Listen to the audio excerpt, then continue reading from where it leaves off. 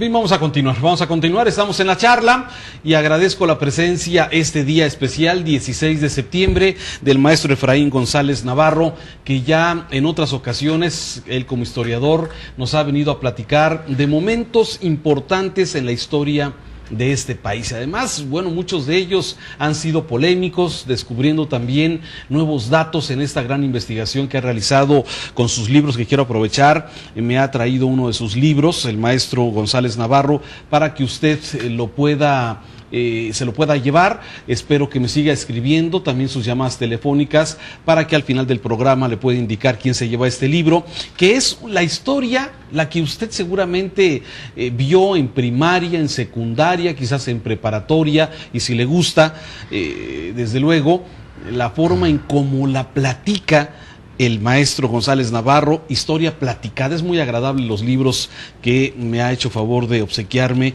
y desde luego también yo quiero llevarle a usted. Maestro, bienvenido otra vez. Buenas tardes, licenciado, me da mucho gusto estar otra vez por acá con su auditorio. Gracias. En esta fecha, sobre todo, emblemática y muy a tono con lo que vamos a hablar. Así es. A ver, hoy 16 de septiembre, estamos celebrando o conmemorando el inicio de la independencia de este país, 199 aniversario, porque el próximo año estaremos en el centenario y en el bicentenario de la revolución y también de la independencia. Inicio de la independencia. Del inicio. A ver. Inicio. Bueno, el inicio es desde luego la fecha de partida, donde Hidalgo, todos sabemos y te hemos oído muchas veces, que estuvo en su curato en Dolores, ahora Dolores Hidalgo, tocando la campana y arengando a los fieles que iban a la primera misa a un sermón muy especial, un sermón de libertad y de ir a coger gachupines. Y gritaba y despotricaba contra el mal gobierno, pero le echaba vivas a Fernando VII, cosa curiosa e incongruente. Pero había una razón.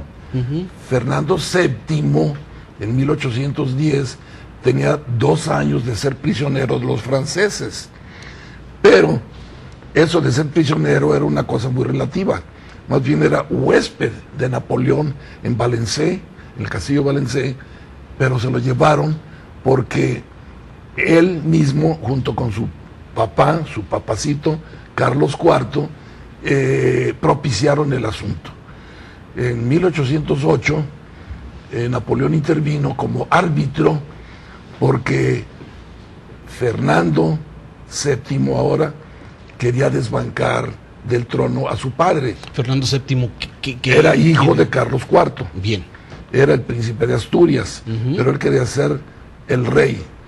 Había una razón, y es que, bueno, ustedes saben, como en España, como todavía es el caso, el rey reina, pero no gobierna. Y el que gobernaba era Manuel Godoy, que había hecho muchas cosas funestas en España, que tenía descontento a los españoles, pero también a los americanos. Entonces, Fernando VII, después de que fueron el arbitraje en Bayona, que Napoleón le dio el laudo a su padre, a Carlos IV, retuvo a Fernando.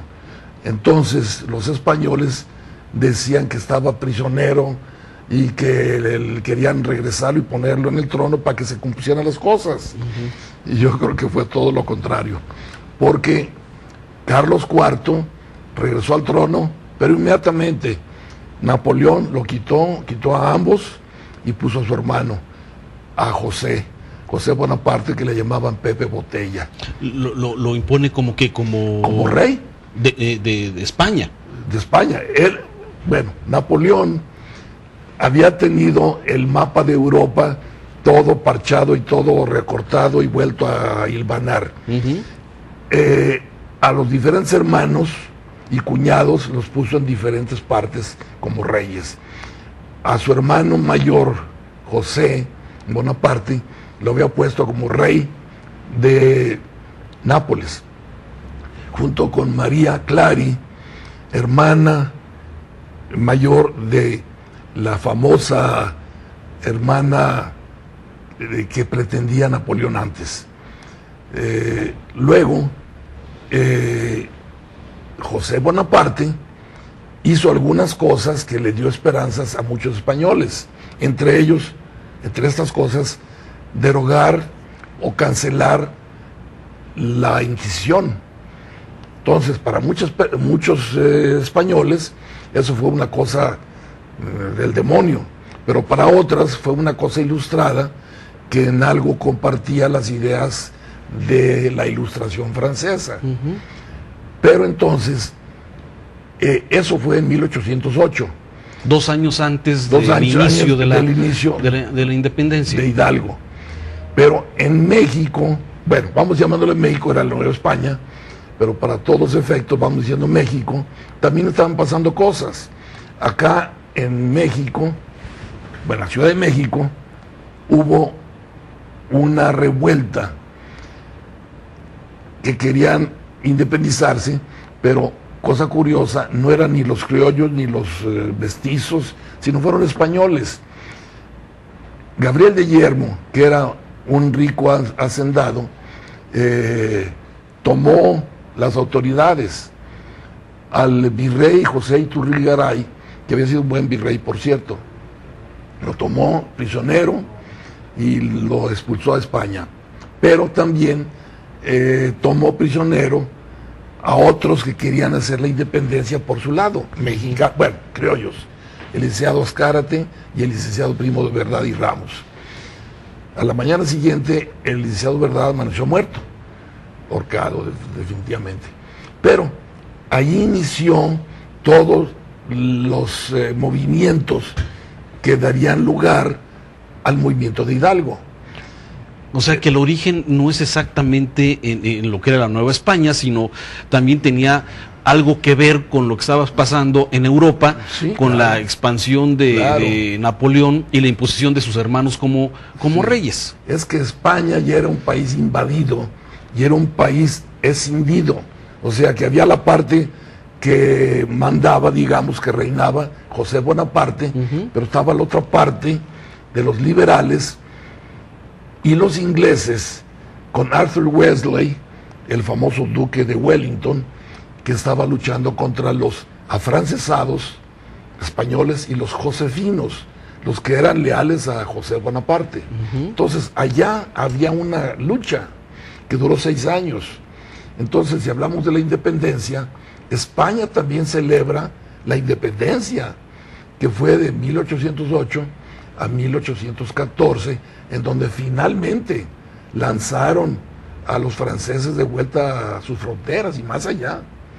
Entonces le digo, no era un país idílico, entonces México, en donde de buenas a primeras, Hidalgo y todo, y Allende y todos los demás, o la corregidora, iban a subvertir el orden, sino que era una cosa, una reacción a cosas que había pasado. Acuérdense que hay acción, reacción, es una ley física, y dicen que no hay efecto sin causa, ni causa sin efecto.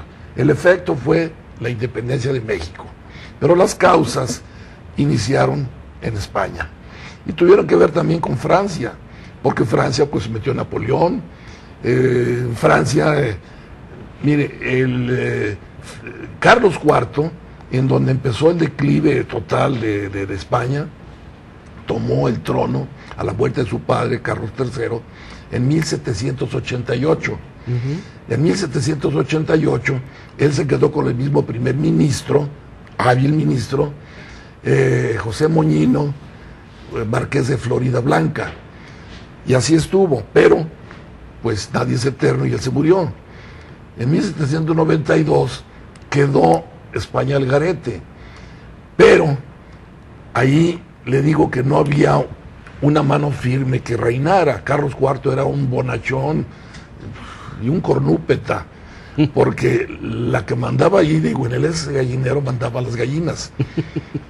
María Luisa de Parma, que era la esposa de Carlos IV, además su prima hermana, porque eso era una cosa, un entramado entre parientes, que bueno, tremendo. Pero no había mucho problema, porque dicen que hijo